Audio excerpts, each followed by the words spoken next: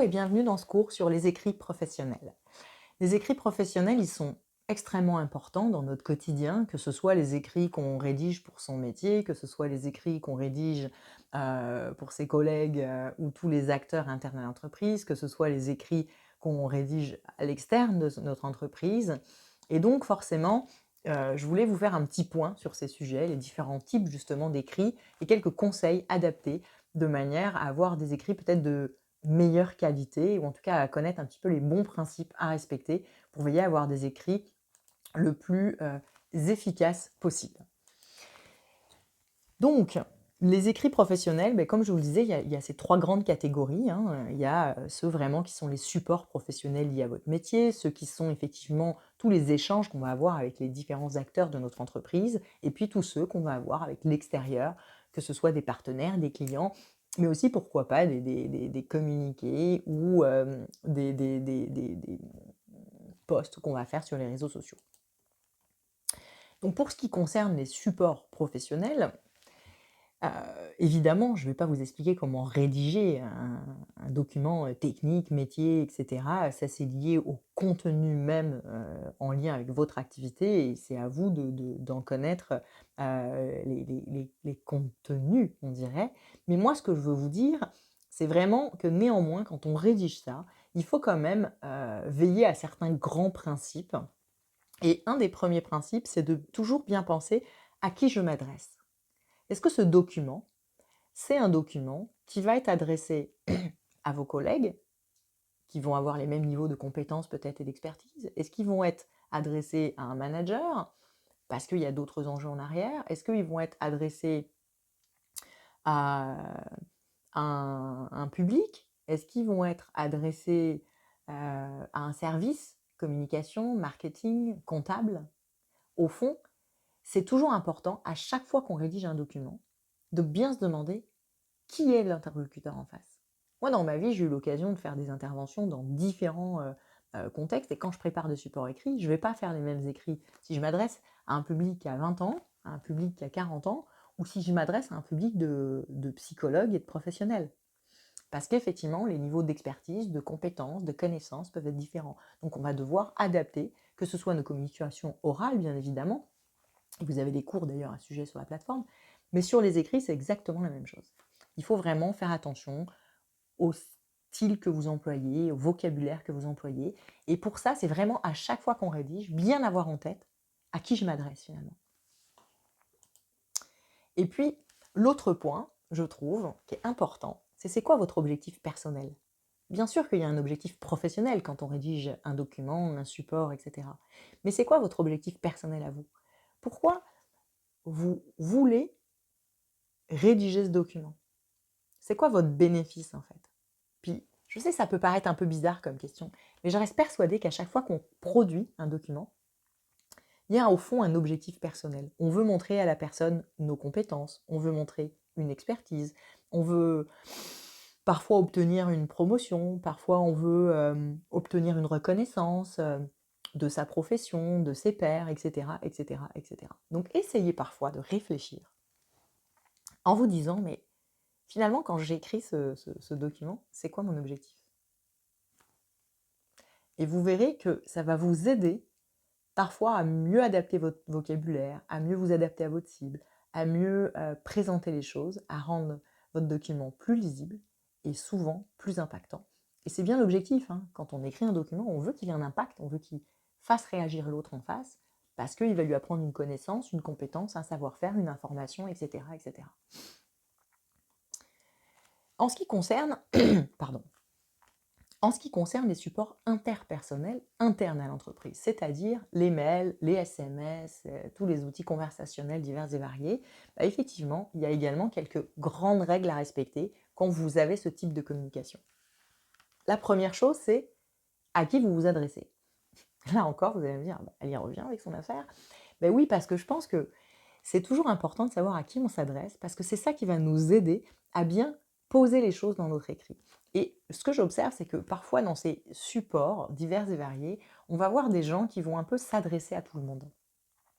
Plus vous allez être précis, plus vous allez pouvoir vous adresser aux bonnes personnes, plus votre message va être ciblé. C'est la même chose. C'est pas pareil d'écrire à vos collègues que d'écrire à votre manager, que d'écrire à votre service comptable ou à votre service RH. Et donc, en fonction de bien réfléchir à qui vous vous adressez, pourquoi vous vous adressez à cette personne, c'est quoi le message que vous voulez faire passer, forcément, vous allez pouvoir adapter votre communication. Parce que quand on passe par l'écrit, ça nous aide aussi à construire notre pensée, à la cheminer, quoi.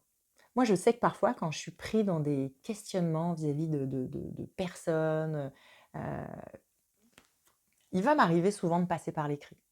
Je vais commencer à rédiger mon message, ça m'aide à formuler, à construire ma pensée, à voir que peut-être mes mots sont trop durs, mes pensées sont difficiles, etc. Donc, ça m'aide aussi à construire les choses. Parfois, je vais me rendre compte que finalement, le sujet est tellement peut-être sensible que je vais plutôt demander un rendez-vous ou avoir une conversation avec la personne parce que je me dis finalement l'écrit pourrait être un peu ambigu et un risque d'interprétation. Il y a des fois, je vais me dire, ok, les choses sont bien posées, bien structurées, donc du coup, oui, ça m'a aidé à clarifier ma pensée, c'est bien ce message-là que je veux faire passer. Parce qu'il ne faut jamais oublier, tous vos écrits vont rester.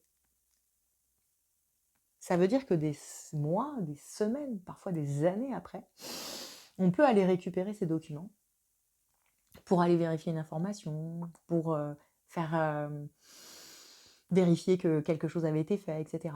Donc, plus vous allez penser que vos écrits peuvent être lus, plus vous allez y faire attention. Et vous me dites, même dans un mail que j'envoie à un collègue, ben oui, même dans un mail que vous envoyez à un collègue. De la même manière, faites attention à qui vous adressez les messages. Est-ce que ça s'adresse à tout le monde, et dans ces cas-là, vous mettez tout le monde en adressé, ou est-ce que ça s'adresse à une personne et qu'il faut mettre une personne en copie, ou deux personnes en copie? Et vérifiez bien à respecter ces règles de à qui je m'adresse, à qui je mets en copie, et parfois à qui je mets en copie cachée. La copie cachée, c'est toujours à utiliser avec vraiment parcimonie, mais c'est essentiellement quand on a des informations qu'on veut faire passer à un grand nombre de personnes et qu'on ne veut pas partager les mails à tout le monde ou qu'on sache qui tout le monde est en copie du sujet, quoi. Mais normalement, la plupart de nos communications professionnelles doivent être transparentes, donc on est ou en adressé ou en copie. Je vous dis encore une fois, à la marge de quelques cas particuliers, quoi. Quelques règles à respecter. Donc, respectez toujours les lignes hiérarchiques. Pour certaines informations, veillez à toujours mettre votre responsable en copie. Parce qu'il doit savoir les actions que vous avez menées auprès de vos clients, auprès de vos collègues. Ça lui permet de suivre votre activité. Ça lui permet de savoir les actions que vous mettez en place sur les différents projets. Si vous devez effectivement écrire à votre N+2, informez toujours votre N+1 ou mettez-le en copie. L'objet du message. Voilà un autre sujet à part entière. L'objet du message, ça doit vraiment donner les éléments clés essentiels par rapport à ce que vous voulez faire passer comme information à votre interlocuteur. Et c'est extrêmement important, et plus vous allez réfléchir à vos objets, et plus vous verrez que vous allez gagner en clarté, en lisibilité dans vos écrits. Parce qu'au fond, c'est à partir de cet objet que les gens vont ouvrir ou pas vos mails. Donc si c'est des choses urgentes et importantes, il va falloir avoir des objets qui alertent quelque part. Si c'est des choses standards, vous mettez l'intitulé, le sujet, le grand thème général, de manière à ce que la personne sache que c'est ça, quoi. Et qu'elle puisse, elle, trier en fonction de ses priorités, de ses urgences, etc. du moment. De plus, on évite les mails fleuves, dans lesquels il y a 50 sujets, quoi. Normalement, c'est un mail, un sujet. Donc un mail, un objet, un sujet. Si vous avez 3 informations à faire passer sur 3 dossiers, sur 3 sujets différents, je vous conseille de faire 3 mails avec 3 objets. Parce que votre interlocuteur, peut-être qu'il y a un projet qui est hyper important puis un autre beaucoup moins, il pourra traiter celui-là sans traiter celui-là. Et après, c'est beaucoup plus facile pour trier, pour classer, pour archiver, pour retrouver les informations quand on en a besoin. Faire preuve de politesse. Ça, on ne le dit jamais assez trop, quoi. Même dans les mails, même dans les communications usuelles, même dans les gens, veillez toujours au bonjour, au merci, au s'il te plaît, au au revoir, au bien cordialement. C'est vraiment tout un ensemble qui peuvent paraître des petits détails, mais qui fluidifient beaucoup la communication et les systèmes relationnels. Évidemment, si vous êtes un peu comme en mode chat et que ça se répond, je ne vous dis pas de remettre bonjour à chaque fois. Faites preuve de discernement, bien sûr. Mais même si c'est des collègues, même si c'est des gens qu'on voit à tous les jours, faites attention à tout ça, quoi. C'est des éléments importants qui font que chacun se sent respecté. Pour ce qui concerne des communications professionnelles ou personnelles externes à l'entreprise. Là, c'est une autre affaire, effectivement, mais en même temps, c'est un peu la même idée. Au fond, souvent, l'entreprise, quand on est dans une entreprise, on doit communiquer avec des partenaires, avec des clients, avec des prestataires, parfois avec des journaux, différents acteurs. Et donc, on va respecter à peu près les mêmes règles que je vous ai dit tout à l'heure. On va faire attention à qui on s'adresse. On va effectivement bien comprendre pourquoi on s'adresse à ces gens-là. On va faire attention à notre vocabulaire. On va également faire attention aux formules de politesse. Et on va vraiment... C'est vraiment des communications qui sont extrêmement importantes parce qu'elles vont montrer votre image relationnelle, en fait. Votre image externe, la vôtre et celle de l'entreprise. Donc l'impact, il est encore plus fort qu'en interne. Donc forcément, il faut vraiment veiller à la qualité de votre communication dans les écrits. Encore une fois, il faut faire attention, hein, les écrits peuvent être vite sujets à interprétation. Moi, je me rappelle un jour où j'avais 2 membres de ma famille qui discutaient, puis ils étaient un peu en tension sur le sujet.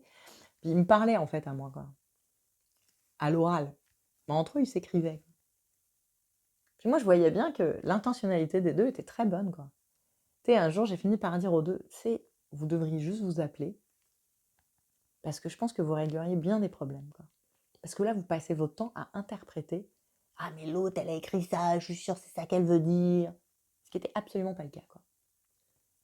Donc, vous voyez toute l'importance des écrits, quoi. Donc chaque mot, chaque pesée. Et effectivement, avec des clients, avec des prestataires, les impacts ils peuvent être encore plus importants.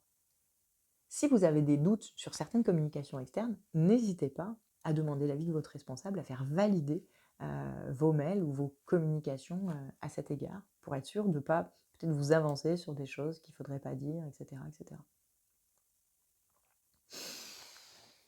Bon usage des écrits professionnels. Je vous l'ai, je pense, assez répété jusque-là. Les écrits restent. Donc c'est très important, effectivement, de veiller à avoir une communication qui est très adaptée à vos objectifs personnels et professionnels, de manière à toujours présenter la meilleure image que vous pouvez. Ça va vraiment montrer votre travail, votre investissement, votre implication. Et donc, les grandes règles qu'il faut savoir respecter, soyez réguliers et professionnels dans vos communications, que ce soit en interne ou en externe. Adressez-vous toujours aux bons interlocuteurs et aux bonnes interlocutrices. Faites attention, ayez des communications précises. Évitez de spammer la planète, ça ne rend jamais quelqu'un professionnel. Au bout d'un moment, les gens ne savent plus pourquoi ils ont reçu tous ces mails ou tous ces écrits. Faites bien attention à vos objectifs et donc aux intitulés de vos objets, de manière à être pertinent, à faciliter la lecture et la communication de votre interlocuteur. Faites toujours preuve de politesse. Adaptez-vous aux besoins réels de la communication. Parlez pas pour ne rien dire, quoi. En gros, c'est un peu ça. Là, on parle d'écrire, mais c'est écrivez pas pour ne rien dire. Ayez des communications qui font sens, quoi. Oui, je vous dis d'être présent auprès de vos clients, de vos collègues, etc. Mais ça ne veut pas dire, comme écrire tout le temps, pour tout et n'importe quoi. Parce que sinon, on ne les lira plus, vos communications. Faites attention aux fautes d'orthographe. Puis croyez-moi, je sais bien de quoi je parle, je ne suis pas la meilleure en orthographe. Mais je sais que c'est quand même important. Donc faites-vous relire, faites-vous aider, s'il faut. Mais en tout cas, plus la communication est importante, plus il va falloir essayer de veiller à ce qu'il n'y ait pas de faute. Et face aux écrits, à l'ensemble de ces écrits, je vous suggère également d'avoir des bonnes manières de gérer et archiver tous vos documents. Que ce soit vos documents professionnels, que ce soit les communications que vous avez en interne ou en externe, veillez à bien classer et archiver tout ça, de manière à pouvoir les retrouver facilement quand vous les avez. Du bon usage des écrits, c'est extrêmement important. Parce qu'à un moment, si on a besoin d'un document et qu'on passe 2 heures à le chercher, voire qu'on ne le retrouve jamais, c'est bien dommage et c'est de la perte de temps. Parfois, face à des mails, c'est la même chose. On se dit, mince, je suis sûr que j'écris au client. Oh là là, le client, il me dit qu'il n'a rien reçu. Si vous n'avez pas bien ordonné, vous ne trouverez pas l'information, quoi. Du coup, ce sera votre responsabilité. Si vous retrouvez le mail et que vous pouvez démontrer que si vous avez bien donné cette information au client, forcément, c'est plus la même affaire. On peut repositionner les choses à la bonne place. Comme je vous l'ai dit, les écrits restent. Mais si on ne les retrouve jamais, ça ne sert à rien. Donc vraiment, faites attention à bien ranger, classer, archiver tout ça. De la même manière, je vous invite également à faire du tri régulièrement en fait. Parce qu'il y a des documents qui deviennent obsolètes, parce qu'il y a des choses qui n'ont plus sens, parce qu'il y a des dossiers qui sont clôturés, parce qu'il y a des mails qui sont là comme depuis tellement d'années. Donc essayez. Idéalement, c'est 2 fois par an, quoi. C'est pas mal. 1 fois par an, ce serait le minimum, quoi. De faire un petit tour, quoi. En plus, tout ça, c'est de la pollution numérique, donc c'est un comportement très éco-responsable. Donc je vous encourage vivement à le faire. Je le fais, moi. Au moins 1 fois par an. Pas 2, j'avoue. Mais je le fais 1 fois par an. Je vais trier mes mails, je vais classer un peu mes dossiers, je vais vider des choses, etc. Tout ce qui a plus sens, qui n'a plus de raison d'être. Parce qu'effectivement, ça clarifie l'espace, que je retrouve plus facilement les documents dont j'ai vraiment besoin. Et puis, comme je vous dis, en plus, c'est éco-responsable, donc ça me plaît bien. Le fond et la forme. On a bien compris, évidemment, dans tous nos documents écrits, le fond est capital. C'est ce qu'on veut dire, comment on va le dire, toutes les manières, effectivement, de s'adresser correctement aux personnes, d'avoir cette bonne intentionnalité avec les bons objectifs professionnels, personnels, etc. Et néanmoins, la forme aussi va être extrêmement importante. Chaque support écrit, en général, a ses codes. Souvent, dans les supports professionnels, si on prend un CV, par exemple, qui est un support professionnel, il y a des règles. En général, il faut que telle information soit présente, puis telle information, et qu'elle soit positionnée de telle manière dans le document, ce qui fait que les recruteurs peuvent lire très rapidement ces documents. Ça facilite l'échange et la communication parce qu'on respecte une certaine forme. C'est à peu près pareil pour tout. Les documents de réunion, en général, sont typés, quoi. Dans la plupart des entreprises, vous allez en fait tout simplement trouver des modèles, en fait, on va dire, qu'il suffit de reproduire. Si vous êtes dans une petite entreprise ou si finalement il n'y a pas de modèle, je vous invite à en créer parce que à nouveau, ça va faciliter en fait. C'est insupportable d'avoir des... Moi, je l'ai vu. Vous allez dans des réunions, puis à chaque compte-rendu, à chaque fois, c'est jamais la même mise en page, la même mise en forme. Au bout d'un moment, on a du mal à s'y retrouver, quoi. Si on veut suivre un dossier, c'est quand même mieux une certaine standardisation des communications. C'est à ça que ça sert la forme. Ça, à nouveau, la forme va être au service en fait de la communication, de la fluidité de cette communication. Donc c'est important de respecter des modèles ou d'en avoir si vous n'en avez pas, quoi. Pensez également aussi à mettre des paginations, à mettre des couvertures, pensez à aérer votre texte, à passer à la ligne, etc. Veillez à ce que votre support de communication, dans sa forme, il soit lisible. Pour ce qui est des supports interpersonnels, là c'est pareil, souvent vous avez des signatures, vous avez des logos, vous avez des polices à respecter, etc. Faites attention, aérez votre texte, notamment quand c'est des mails, etc. Ça doit jamais être trop long. Un mail, c'est quelques lignes, quoi. Sinon, c'est un document, c'est une note de service, c'est autre chose, quoi. Il ne doit pas être un roman en général. Vous pouvez faire des romans à vos amis si vous voulez dans vos mails. Je parle des communications professionnelles. N'oubliez pas aussi parfois de mettre en exergue des mots, que ce soit d'ailleurs dans vos mails, dans vos communications interpersonnelles, ou que ce soit dans vos supports métiers. Mettez parfois des mots en lettres majuscules, ça va leur donner de la force. Mettez des mots en gras. Tous ces éléments en fait de forme peuvent aider à rendre votre document beaucoup plus lisible, impactant. Et tous ces éléments-là vont faciliter l'acquisition de l'information par votre interlocuteur. Vous lui facilitez la lecture en fait. Pour ce qui est évidemment des documents à l'externe, là en général, c'est beaucoup plus charté, puis il y a plus d'exigences en général des entreprises, parce qu'effectivement, ça va être l'image de l'entreprise. Donc là-dessus, vraiment, veillez à bien connaître les éléments graphiques, à les respecter, parce que c'est vraiment l'image de marque de l'entreprise. Et plus on la respecte, plus on donne une bonne image. Donc ça, c'est vraiment important. Et ça permet aussi d'avoir une cohérence, parce que l'ensemble des services vont communiquer à peu près de la même manière, quelle que soit la typologie de la communication. Et finalement, peu importe le fond, la forme aura quelque chose d'impactant en fait. Si vous êtes un jeune entrepreneur, j'en sais rien, ou une petite TPE et que vous vous dites, bah, moi j'ai pas d'image de marque là, bah, je vous invite à en créer une.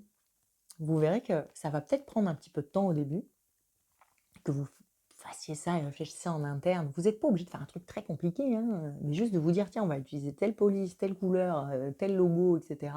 Et charter 2-3 choses va améliorer la forme de votre communication, la rendre plus lisible et plus impactante pour vos interlocuteurs.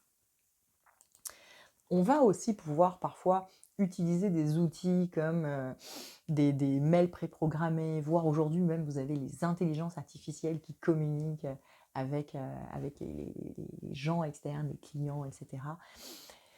Par rapport à ça, ben, ça peut être intéressant, mais n'oubliez jamais que quand c'est vous qui communiquez, un être humain, vous allez pouvoir personnaliser ça, quoi. Et c'est un peu la clé aussi dans les écrits, parce qu'on peut d'autant plus personnaliser notre fond et notre forme à chacun de nos interlocuteurs. Le robot, il va programmer, il va faire ce qu'on lui a dit de faire. Même l'intelligence artificielle n'est qu'un robot, en fait, qui est programmé. Donc, elle va faire ce qu'on lui dit de faire. Elle le fait de manière plus maligne et assez impressionnante, je reconnais. Effectivement, vous, si vous connaissez vos interlocuteurs, vous allez pouvoir personnaliser davantage toutes vos communications dans le fond et dans la forme, et vous aurez un impact incroyable au niveau de la relation que vous pourrez créer. Maintenant, je vous propose de faire justement un petit exercice en partant effectivement d'une communication que vous avez pu réaliser récemment ou d'une communication que vous avez le souhait de réaliser. Et puis, essayez de faire plusieurs fois cet exercice sur différents types de communication pour essayer de voir peut-être là où sont vos forces, là où sont vos écueils, etc. Donc, je vous propose tout simplement de reprendre un peu l'ensemble des éléments que je vous ai dit. Notez votre exemple, à qui va s'adresser votre communication, quel est l'objectif personnel que vous souhaitez obtenir face à ça? Est-ce que vous respectez bien les règles de hiérarchie et les différentes règles de communication dans l'entreprise?